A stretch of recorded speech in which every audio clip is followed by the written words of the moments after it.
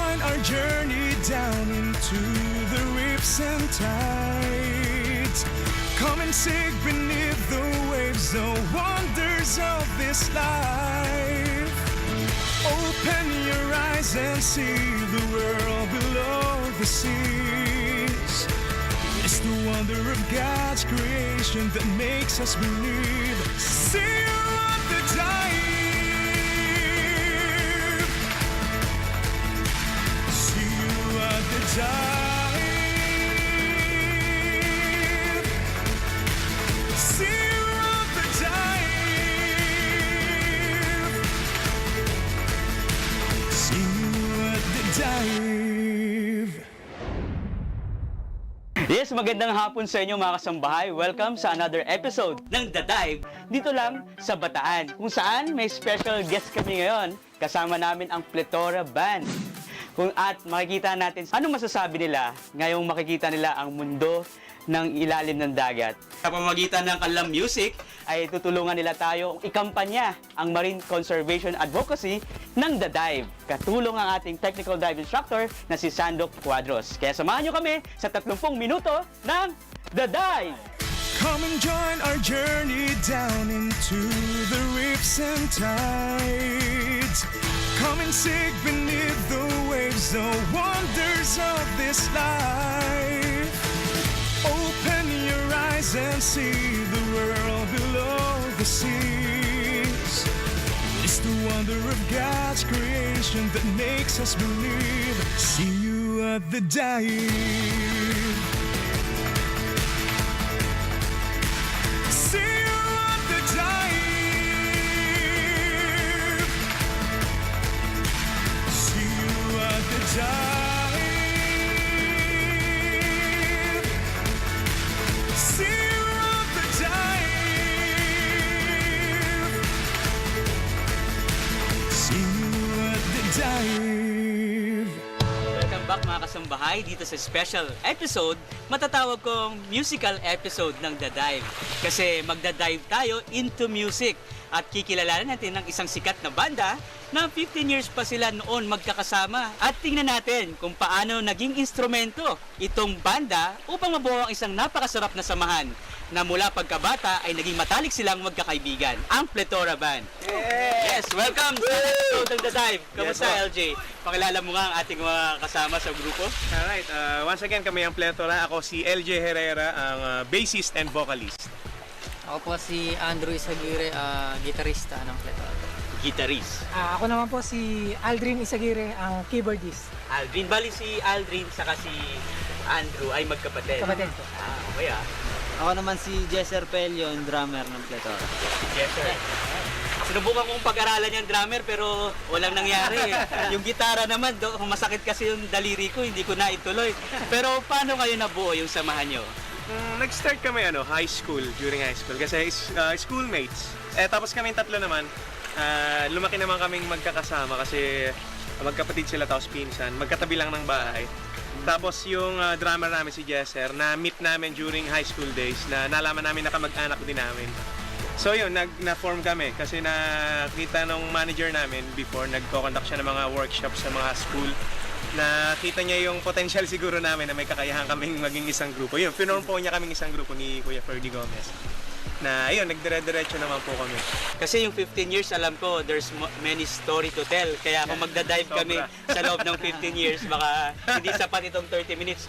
Pero nakaka-amaze kasi na same frequency kayo. Yes, pero pagka alam ko, meron kayong through sa struggle nyo, may naging magandang advocacy kayo na gusto nyo i-share sa mga kabataan. Yes po, yun din yung isang purpose po ng banda namin. Kasi pag sinabi kasing nasa rock band ka, especially rock band, laging iniisip yung stereotype na nagda-drugs, maraming bisyo, lasinggero, babaero. Parang yun yung gusto naming basagin na yun yung gusto naming basagin po na thinking ng ibang tao kasi katulad ko po, personally po ako since then, hindi po talaga ako nanigarilyo tsaka naginom.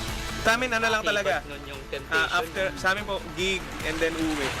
Ganun po, kahit sinasabi ng mga kasabay naming banda na suplado kami, hindi kami nakikisalamuha sa kanila. At least, nakaiwas naman po kami sa ganong klaseng sistema ng rock band. Paano nyo na-transform na yung banda nyo maiba at pwedeng tularan ng iba pang mga kabataan? Siguro, since before naman, God Center lagi sa amin during ng mga performances. Kaya yung guidance lagi nandun. Kaya, disiplina talaga number one. Tapos yung bonding sa isa't isa. Sa ngayon kasi, napakadami na magagaling tumugtog, magagaling kumanta. Pero mahirap siyang buuin ng banda, yung tipong magkakaulam kayo, yung intact, yung bonding nandun. Yun po yung mahirap i-form ngayon as a band. Kasi iba-iba yung attitude, iba-iba yung mga kinalakihang environment. So yun yung mahirap. Kaya ang mahalaga, disiplina talaga. Ang nangyari sa amin, since wala nga po kami mga bisyo, kasi malaking gastos po yan Kung after gig mo, yung kikitain mong maliit, bibili mo lang ng sigarilyo, magpapainom nga lang sa tropa. Ngayon po, meron po kaming kanya-kanyang business na napundar. Galing po yun sa pagbabanda. And very proud po kami ipagmalaki po yun kasi napangalagaan po talaga namin yung banda namin na walang ibang mga bisyo. Kaya yung mga kita po namin, naiipon po namin. At napapanood nyo rin sila sa Daniel's Coffee. Every Wednesday. Every Wednesday. Ay, pwede nyong i-plug. So, hindi naman siya regularly every Wednesday, pero madalas. Mga twice or thrice a month na every Wednesday ng 8 ng gabi sa Daniel's Coffee po yan. Yan po ay matatagpuan sa studio ng UNTV, EDSA. At City. alam nyo ba, kinanta nila doon ang theme song lang naman, ng The Dive. Kamusta naman ang interpretation nyo ng kanta? Anong dating sa inyo ng musika? Nung una po kasi, tinawagan kami, parang gawin yung parang sobrang excited. Tapos nung pagdating nga namin, in-explain na po sa amin, pinakita sa amin yung mga shots, yung creatures under water. Sobrang na-amaze kami, kaya po yung motivation po sa amin na habang inaaral namin yung songs, parang wow, napaka-positive. Masaya po talaga kasi imagine mo, ikaw yung kakanta tsaka ikaw yung tutugtog ng nag-iisa at unang reality diving TV show sa Pilipinas. So, concept yan ni Kuya Daniel Raton. Kaya nga po para sobrang... ipamalas yung ano ba yung dinadayo ng mga foreigners sa ating bansa. Tama po. Ngayon, it's time naman na ipakita natin na napakaraming dapat nilang makita. At ngayon, kayo na mismo magdaday. Yes! So, feel excited na ba? Sobra po, sobra. Yeah, sa pagbabalik ng The Dive, tingnan natin. Ito ang before. Tingnan nyo ang itsura nila. Mamaya, tingnan natin kung abot tenga ang kalangiti. Dahil awa ng Diyos, nakisama ang magandang panahon dito sa Morong Bataan. Tingnan natin ang kala experience sa nuclear power plant na pupuntahan namin ngayon. Sa pagbabalik ng The Dive!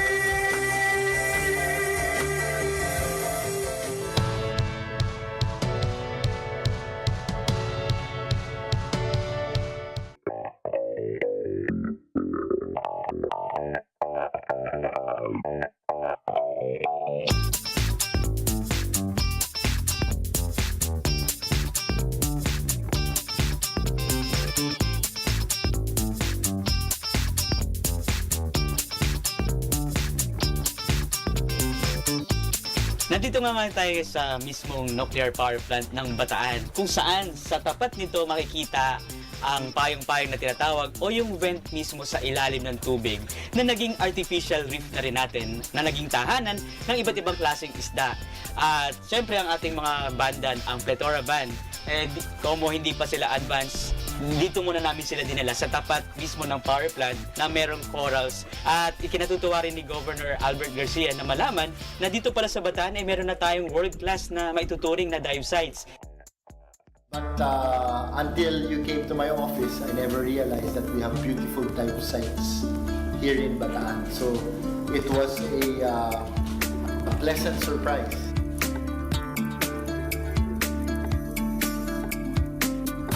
My opinion about this site here is one of the best sites we have in our region here, because we can use this site like a technical diving because we have the big pipes to go inside, big. We can put a car inside the pipe to explore like a cave or a mine. And we have the marine life, very beautiful one.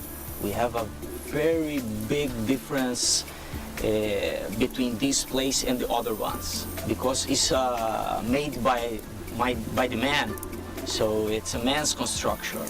So it's very, very nice. The two towers with the windows, there are many schools of fish inside there. They be protected there.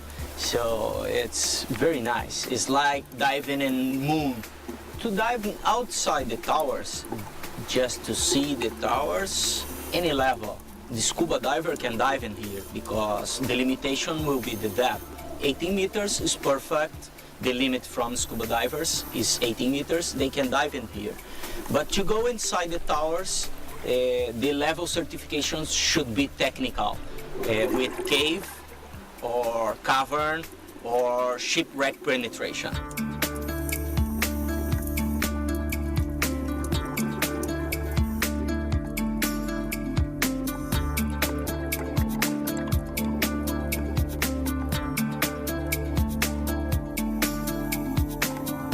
Your message about marine conservation and our artificial reef project of Kuya Daniel that you planted. Yeah, Months ago. we have a big challenge now in Philippines in the next years because in all our dives and the dive sites we find plastic and a lot of dirty. So we should think in that thing because in the future if we don't finish the dynamite, the predatory fishermen who use the muruwami. I don't know the names in Tagalog, Yes, yes. but I That's think right. I think it's muruwami. So we should stop these things and create some rules about the environment here because Morong, for example, it's a very special place and nobody knows about Morong. So we should bring people to here to they see for himself how beautiful is Bataan, Morong especially. We have a very, very nice dive sites. It's not just power plant. Power plant is one of them, but we have a Tabuyan, very nice to do tri-divers. We have Buko Bale, who has very nice quantity of nudies. We have Biak Nabatu with big caves, big space to go inside. So it's a very, very nice to explore terms. We should change for a fisher exploration to a tourism exploration. So we'll transform these fishermen in guides. I think will be the solution. And if Duterte has heard in us, they should prohibit the plastic in all Philippines. Because it's something very important for the environment. Artificial reef is one of the solutions. It's one of them because we release pressure from the dive sites and for the fishes sites. So we can distribute many islands under the water to the animals reproducing, not just the fishes, many animals. So it's like an island protect in the middle of different places. So we should do that. It's one action, but we need to do more than one action and do properly. Do partnership with the people who are specialized in do that. With the properly concrete, with the properly size, do some studies about the current, about the seasons, about the species. Should be something scientific study properly, plan it. Yes, that's right. Always plan your dive and Dive your plan. Yeah, that's it. Salamat, salamat. Thanks you for your Thank you, nice Brian. message. Thank you.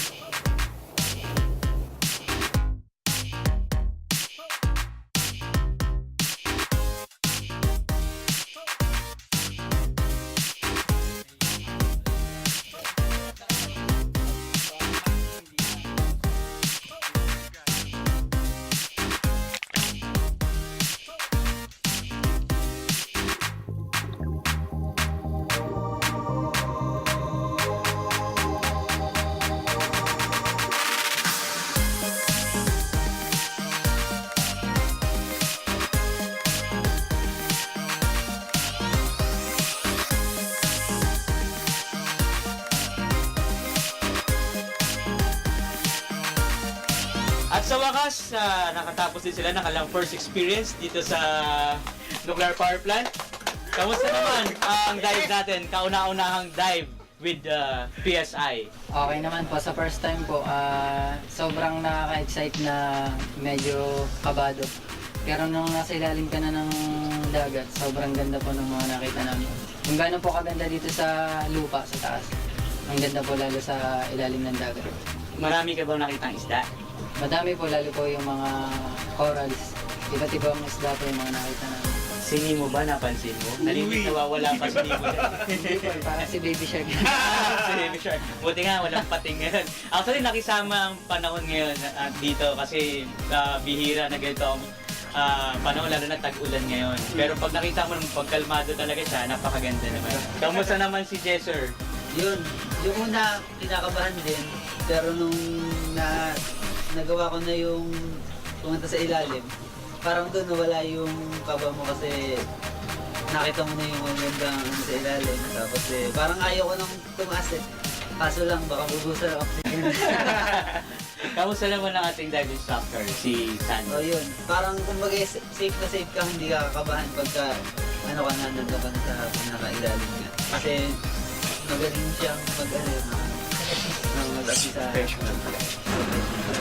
Kamusta naman si Alvin? Yes! Okay naman na, nag-snorkel na ako. Hindi, kasi ito mo talagang dito sa The Dive, ito ang kauna-unang reality diving show. Talagang papakita natin kamusta bakit ka nahirapan. Kasi talagang kailangang ma-master mo yung equalization. Dahil pag na-master mo yun, sisiw na lang, di ba? Ano ang naging problema natin? Hindi ako yung pressure nasa tenga ko. Tapos Pressure ka tuloy. pressure ako, Pero may ano naman na nakita mo doon sa maisip panahon na yun na nakababa ka? maganda. Ang daming isda. Tapos yung corals, ang ganda. Tapos nakita ko yung malalaking bato ng nuclear power plant. Ang ganda nakita mo. Mga bato talaga. Pero pag nakapag-dive ka kasi mas makakasisid ka eh. So, pero alam mo first time mo lang naman. Sa simula talaga, girl, kahit sa gitara nga, pag magigitara ka, di ba? Pero pag nasundan ng pangalawa yan, dahil 10 ang dive site natin dito sa Morong na na-discover na, may dadating pa, mas may edge, may confidence ka na, di ba? Pero kung ganun ang sinapit ni Ate, mas matindi ang sinapit ni LJ dahil ang diving ay makasambahay, hindi siya basta parang all ages admitted. Kailangan din, may kakayahan ka. Hindi ka man marunong lumangoy, pero wala kang sakit na kagaya ng sayo. Dahil, ano nga ba sakit mo? Meron kasi akong heart problem since birth. Pero, ayun, medyo binabantayan din. Pinabantayan. So, never risk na yung sarili nyo para lang hindi nyo sasabihin, itatago nyo, may sakit pala kayo. Para lang makapag-dive. Para lang makapag-dive dahil baka last dive nyo yun. Di ba? Pero siguro mukhang kailangan ko ipacheck. Tsaka, para next time ma-experience ko din yung underwater. Para makita ko din talaga yung wonders of God creation sa ilalim. Oo. Nararamdaman mo ba sa mga mukha nila yung excitement? Oo nga eh. Hindi na lang pinapatay ka sa inggit eh. Ang ganda ng mga ngiti nila eh. O kasi... Pero mas maganda yung ngiti ko. Ayun eh. Pero anong pakiramdam na kayo mismo nakita nila sa ilalim? Parang anong na-imagine nyo na ikaw nandun ka sa napakalawak na... Thankful po na nabigyan kami ng opportunity ng daday na experience namin ng ganitong kasarap na feeling. First time po talaga lahat natin. Nangyayari yan. Although marunong po kaming maglangoy, pero yung dive po, ngayon po namin na-experience, sobrang sarap po. Kaya meron kaming lambing sa inyo sa susunod na kung tutugtog kayo. Bukod sa ikakampanya natin na umiwas sila sa bisyo, sa paninigarilyo, sa paglalasing, sa anumang nakakasama sa ating kalusugan. Isa pa yung nakakasama sa ating kalikasan. Kasi itong ganda na to, maglalaho to kung di naman natin mapapangalagaan. Wala ba kayo nakitang basura? Wala naman po, malinis po dito sa Morong. Actually, ang advocacy ng PSI sa pangunan ni Kuya Daniel Razon, pag may nakakita kami mga basura, lagi kami nire-remind ng aming mga dive instructors na magpulot ng basura. Kaya ang tawag sa amin scuba sorero. Kasi nagpupulot din tayo ng mga plastics na pag nakain ng mga pawikan o mga isdain, namamatay sila. So, magkakasama tayo. See you at the dive! Mga kasambahay, maraming salamat po sa inyong pagsubaybay sa 30 minuto ng special episode ng The Dive, kung saan napakita namin sa inyo kung gaano kaganda ang nuclear power plant sa ilalim nito na ginaging tahanan ng iba't ibang mga lamang dagat. At yan ang nasilayan ng ating Plethora Band, kung saan nasilayan din natin ang naging kasaysayan nila kung paano nabuo ang isang masarap na samahan. At nagpapasalamat din tayo sa butihing gobernador ng Bataan, si Governor Albert Garcia, sa kanyang pagpapaunlak ng imbitasyon. At nagpapasalamat din tayo sa kanya dahil nagustuhan niya na hindi niya akalaing may ganito mga dive sites dito lang sa Bataan. Kaya kung pupunta kayo ng Bataan, punta na sa Morong Star Beach Resort and Hotel, ang official na tahanan ng UNTV Dive Team at ng Professional Scuba Diving International at ng The Dive Show. Nagpapasalamat din tayo sa Bike Mate at nagpapasalamat din kami sa Novelita Furnitures at nagpapasalamat din kami sa bagong kampanya ng The Dive sa pamamagitan ng musikang taglay ng Plethora Band. Batiin niyo muna ang mga fans. Bate, umpisa si Aldrin, tama ba? Andrew. Sabi ko na ba? Andrew. Binabati ko po lahat ng mga supporters po namin from Cavite at sa iba't ibang parte po ng Pilipinas. LJ. Maraming salamat mga kabitenyo. Proud kabitenyo here. Thank you so much, you guys. Ang ganda ng boses ng vocalist talaga ng Plethora. Aldrin. Maraming salamat po sa lahat ng nanonood ng The Dive. Yes, sir. Maraming salamat po sa mga sumuporta sa ginawa namin. Kaya salamat sa inyong pagsubaybay. Hanggang sa muli, every Saturday, 5:30 to 6 p.m. Stay tuned only here in UNTV, your public service channel. Kaya see you at the dive! Wonders of this life. Open your eyes and see the world below the seas. It's the wonder of God's creation that makes us believe. See you at the dive.